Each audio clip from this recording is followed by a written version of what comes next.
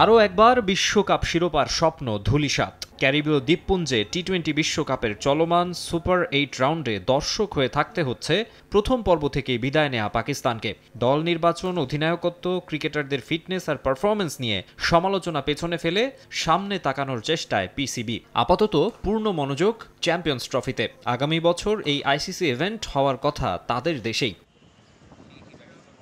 যদিও ভারত দল পাকিস্তানে ম্যাচ খেলতে যাবে কিনা তা নিয়ে শুরু থেকে কনফিউশন রয়েছে।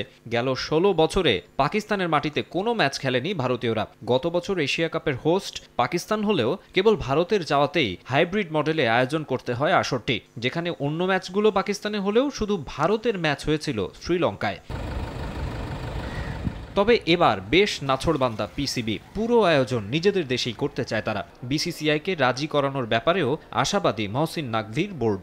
দেশটির গণমাধ্যমের দাবি, ভারতীয় বোর্ড নাকি এবার বেশ নমনীয়, আর সেটা হলে দীর্ঘদিনের বৈরিতা ভুলে প্রতিবেশী দেশটিতে আগামী বছরই ম্যাচ খেলবে ইন্ডিয়া। নগদের কাছে সব গ্রাহকই প্রিয়, তাই তো সারা দেশে ক্যাশ আউট চার্জ সবচেয়ে কম। এরই মধ্যে চ্যাম্পিয়ন্স ট্রফির প্রাথমিক সূচির অনুমোদন দিয়েছে আইসিসি। 2025 সালের 19 ফেব্রুয়ারি থেকে 9 মার্চ পর্যন্ত করাচি, লাহোর ও রাওয়ালপিন্ডিতে অনুষ্ঠিত হওয়ার কথা সব ম্যাচ। সেমিফাইনাল ও ফাইনালের পাশাপাশি গ্রুপ পর্বে ভারতের ম্যাচ লাহোরের গাদ্দাফি স্টেডিয়ামে রেখে আইসিসিতে যে সূচি পাঠিয়েছিল পিসিবি তার অ্যাপ্রুভালও পেয়েছে তারা।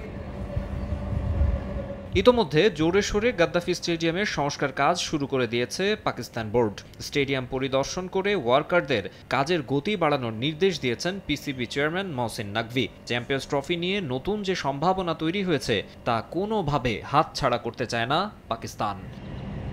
মাকসুম আলম খান, সময় সংবাদ।